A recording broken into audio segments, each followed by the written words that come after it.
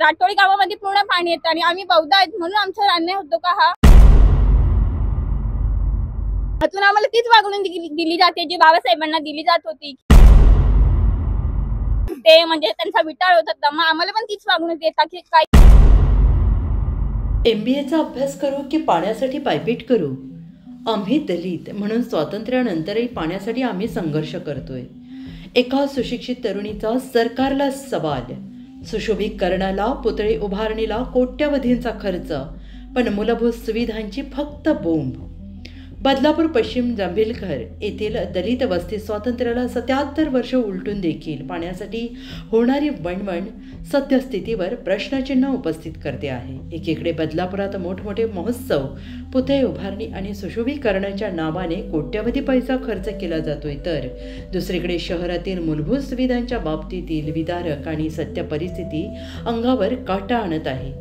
त्यात शहरी वस्तीपासून अवघ्या 7 ते 8 किलोमीटर अंतरावर, तर बारवी धरणापासून अगदी 4 ते 5 किलोमीटर अंतरावरील जांभेलकर या गावातील दलित वस्तीत आजही पाण्याची सोय नाही। किती सहज आपण धर्मनिरपेक्षता, सर्वधर्म समभाव आणि आधुनिकता यावर गप्पा मारत असतो, मात्र या संकल्पनेच्या विरुद्ध विदारक चित्र दाखवणारी सत्य परिस्थिती वेगळीच आहे।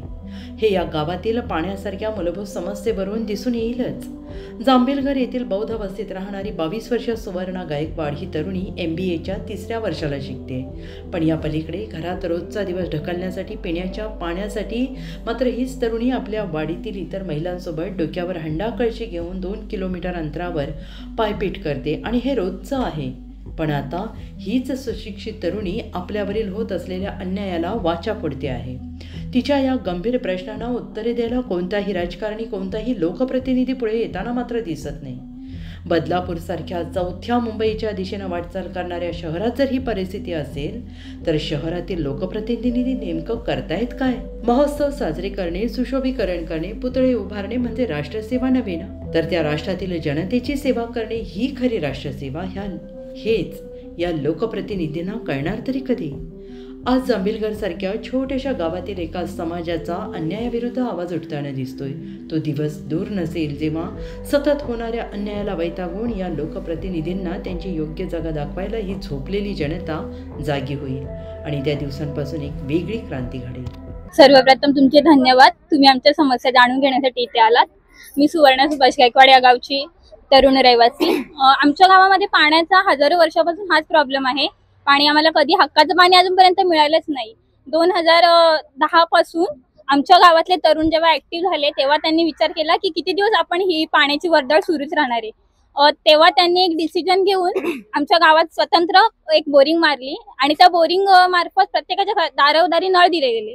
त्याच बोरिंगचं पाणी आम्ही पितो, पण निसर्गाच्या नियमानुसार ते पाणी कुठेतरी 3-4 महिने म्हणजे फेब्रुवारी मार्च जेव्हा उन्हाळ्याचा काळ येतो तेव्हा ते 4 महिने ते पाणी निघून जातं, म्हणजे आटतं ते पाणी। मग 4 महिने आमचे एकदम कुत्र्यासारखे हाल असतात। म्हणजे आम्ही सुशिक्षित आहोत पण तरी पण आम्हाला डोक्यावर हंडा आणि हातात कळशी अजून तेच आहे। म्हणून विचार येतो आपल्या देशाला तर स्वातंत्र्य मिळालं आहे, पण खरोखर आपण स्वातंत्र्य झालो आहोत का?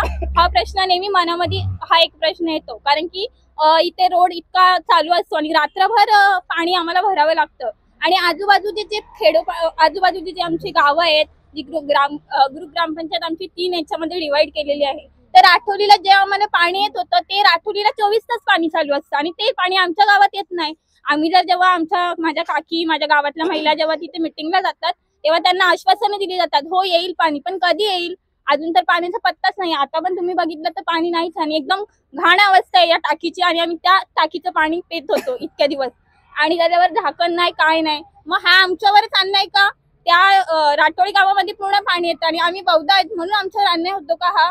का म्हणून अजून आम्हाला तीच वागणूक दिली जाते जी बाबासाहेबांना दिली जात होती की ते म्हणजे त्यांचा विटाळ होता, मग आम्हाला पण तीच वागणूक देतात की काय तुम्ही? आज मी MBAचं शिक्षण घेते, पण माझे 10 ते 5 लेक्चर असल्यामुळे माझी मम्मी बोलते आपल्याला पाण्याची गरज आहे, तू लवकर येत जा। मला पाण्याच्यामुळे माझे लेक्चर स्किप करून येऊन पाणी भरावं लागतं का? तर आमच्या गावात पाण्याची ही अशी तुटक व्यवस्था आहे म्हणून।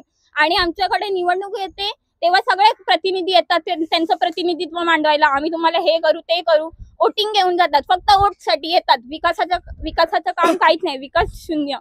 सो मी तुमच्या याच्यामार्फत एकच हे करते की तुम्ही लवकरात लवकर हा प्रश्न तुमच्या म्हणजे तुमच्या योग्य ते हे देऊन मिटवाल, एवढीच अपेक्षा. आणि धन्यवाद पुन्हा एकदा तुमचे. अधिक माहितीसाठी फॉलो करा, लाईक करा, शेअर करा. आपले बदलापूर.